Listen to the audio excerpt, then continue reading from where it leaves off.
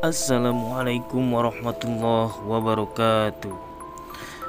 Oke teman-teman setia penonton dan pendengar cerita horor di channel Japa Story ID, kembali lagi bersama saya. Di konten kali ini akan melanjutkan cerita horor di salah satu pabrik tua yang sangat menyeramkan.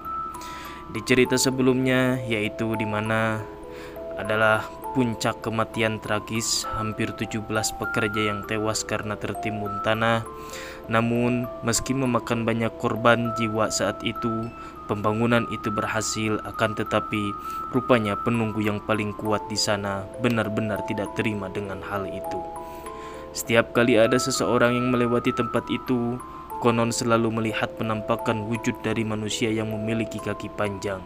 Masalahnya, ia tidak memiliki dua kaki layaknya manusia normal, melainkan 4 kaki nyaris menyerupai wujud kuda. Dan setiap orang yang melihatnya kemudian menceritakan hal ini kepada orang lain, ia akan jatuh sakit selama 7 hari berturut-turut dan berakhir dengan cara meninggal. Awalnya ini tidak dianggap dengan hal-hal yang kebetulan semata, namun rupanya itu terus berlanjut hingga hampir setengah divisi perawatan semua jatuh sakit. Juru kunci saat itu akhirnya membongkar siapa yang bertanggung jawab atas tragedi ini dan sempat berunding mencari jalan keluar. Rupanya jalan keluar yang diminta oleh makhluk itu adalah dia meminta 100 anak-anak, di mana anak-anak ini haruslah anak barep atau anak pertama saja. Dan dia akan menghentikan teror ini kepada karyawan pabrik. Hal ini tentu saja tidak dapat diterima. Masalahnya adalah sang juru kunci juga tidak akan sanggup untuk melawan makhluk ini, karena dia salah satu panglima yang paling kuat yang sudah memegang daerah di tanah timur ini. Setelah memikirkan berbagai cara, si juru kunci bertemu dengan makhluk yang kabarnya dapat membantu. Permintaannya sederhana, yaitu tanami tanah di area timur ini dengan pohon pisang dan jangan berikan celah sedikit pun. Setelah mendengar hal itu, tanah di zona timur ini pun segera ditanami pohon pisang di setiap penjuru, membentang dari ujung ke ujung. Dan benar saja, makhluk yang konon memegang tanah ini tiba-tiba lenyap begitu saja. Kabarnya sekarang zona timur ini dipegang oleh panglima yang baru. Dan disinilah saya pertama kali melihat salah satu banyaknya panglima di pabrik gula ini. Ini dikenal dengan nama Nini Gerwok. Waktu itu jam 10 malam, saya ada di rumah Endah, nunggu teman-teman desa yang lain. Kami mau buat acara melakan atau begadang di tenda belakang rumah Endah. Bagi kalian yang selalu ngikutin thread saya, pasti nggak asing lagi sama Endah. Kejadian ini sendiri sebelum Endah jadi pincang seperti saat ini. Endah sendiri bisa dibilang anak dari tokoh penting di desa saya. Karena itu, rumah Endah bisa dibilang rumah yang paling bagus dibandingkan kami yang masih berumahkan bambu. Tidak hanya soal rumah, tanah Endah juga luas. Di tanah inilah kami membangun tenda. Semakin malam, satu persatu teman saya sudah berkumpul. Tenda sudah berdiri sejak sore dan kami sudah berkumpul di sana, mengobrol sambil menyalakan api buat menghangatkan badan. Ketika kami sedang asyik berkumpul, tiba-tiba Endah mengatakan hal yang paling saya benci. Bakar-bakar ubi, pasti enak ini. Saya cuma diem, tapi teman saya saling sahut menyahut. Bener enak itu, kata Andi. Tapi tidak ada ubinya ini, kata Pandu. Ada kok ubinya, kata Endah. Sembari tersenyum, saya seperti udah tahu apa yang bakal dia katakan sebelumnya.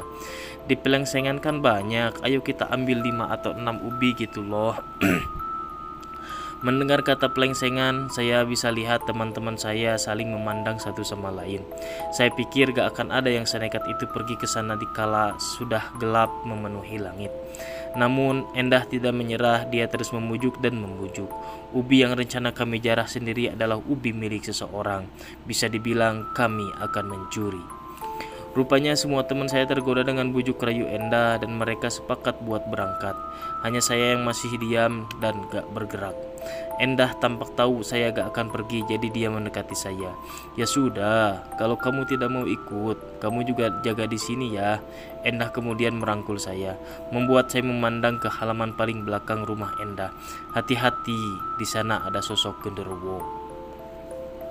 Mendengar itu, akhirnya saya memutuskan ikut karena apa yang baru saja dikatakan Endah bukan omong kosong, namun perasaan saya lebih baik, lebih gak enak lagi soal penjarahan malam ini. Dan tampaknya firasat saya kali ini tepat sekali. Waktu itu yang pergi adalah saya, Endah, Pandu, dan Andi. Kami berempat gak butuh waktu lama untuk sampai di mes karyawan pabrik.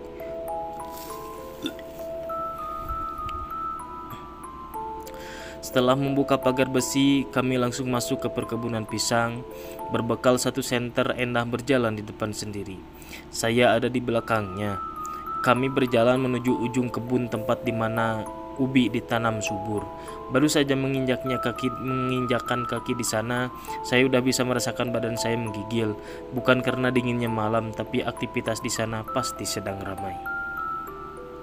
Saya perhatikan Endah tampak biasa saja. Emang saya kadang lupa kalau Endah bisa melihat hal-hal seperti ini. Berbeda dengan saya yang cuma merasakan saja di mana hawa keberadaan mereka. Kami berempat terus berjalan melewati pohon pisang satu persatu sampai saya dengar Pandu tiba-tiba lari begitu saja. Saya pun otomatis ikut lari, diikuti oleh Andi, namun Endah tetap berjalan santai. Melihat Endah tampak santai, saya akhirnya bercerita, berhenti dan nunggu Endah nyusul kami. Cuma pocong terbang aja, pakai lari. Kalau ada yang bisa saya pakai buat pukul kepala Endah, saya pasti pukul kepalanya sampai memar. Kadang saya gak bisa bedain Endah bicara jujur atau tidak.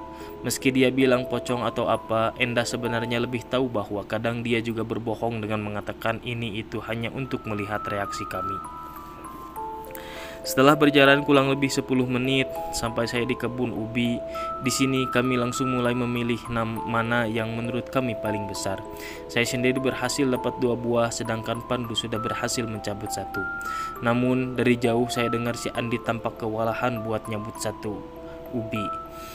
Saya pun mendekatinya dan melihat dia tampak bingung. Sejujurnya tidak ada yang menarik dari kaspe yang akan dicabut oleh Andi, karena daunnya tidak besar dan seharusnya Andi bisa mencabut dengan mudah. Karena penasaran, saya pun mencoba mencabut itu, namun rupanya aneh. Tanaman sekecil itu jangankan terangkat dari tanah, bergerak sedikit pun tidak sama sekali. Pandu juga tertarik melihat saya gak bisa cabut ubi sekecil itu. Buahnya besar kali ya, cabut beginian saja susah sekali kalian. Dengan percaya diri, Pandu menarik ubi itu sekali lagi. Hal aneh itu terjadi. Rupanya ubi sama sekali tidak terangkat sedikit pun dari tanah. Karena kesal, kami sepakat mencabut bersama-sama dan di sini saya mulai merinding. Karena ubi itu tidak tercabut juga oleh kami. Dan umpat kami yang habis kesabaran, dan di sanalah saya merasa ada yang bersiul. Saya baru ingat Endah gak ada di sini bersama kami. Sontak saya kaget, bagaimana mungkin kami lupa gak ada Endah? Bukan cuma saya, Pandu dan Andi merasa gelagat yang aneh. Sedari tadi dia melihat ke sana kemari mencari sesuatu. Ada apa? Kata saya. Ada yang melempari aku dari tadi. Pandu mengiyakan apa yang Andi katakan. Aku juga ada yang ngelempar dari tadi. Akhirnya kami inisiatif mencari, mungkin Endah lagi iseng. Jujur, Endah itu memang isengnya gak ketulungan. Tapi bila ini benar-benar Endah, saya bakal amuk dia. Namun rupanya saya dengar sesuatu yang tidak mengenakan. Dikala saya mencari sumber misteri itu sendiri, saya baru sadar Andi dan Pandu sudah gak ada di belakang. Saya pun sangat panik. Saya segera menuju jalan keluar, namun langkah saya terhenti di tanaman ubi yang tadi saya coba cabut bersama Andi dan Pandu. Saya baru sadar, rupanya di belakang ubi itu ada pohon mangga. Pohonnya memang tidak terlalu besar, tapi anehnya kenapa tadi saya gak lihat pohon itu? Lalu saya melihatnya, sosok yang tengah duduk di atas batu. Hati saya rasanya mau mencelos begitu saja melihatnya. Sosok itu mengenakan gaun putih menyerupai kuntilanak. Hanya saja rambutnya disanggul menyerupai pengantin dan di punggungnya dia membawa kipas yang besar sekali. Saya gak bisa lihat wajahnya karena posisinya dia terus membelakangi saya. Namun saya sadar dia bukan jenis makhluk yang biasa saja. Oke guys, kali ini ceritanya kita stop dulu sampai sini. Nanti kita akan lanjut di part-part selanjutnya. Terima kasih sudah menonton. Jangan lupa klik like, subscribe, and comment. Oke, terima kasih. Wassalamualaikum warahmatullahi wabarakatuh.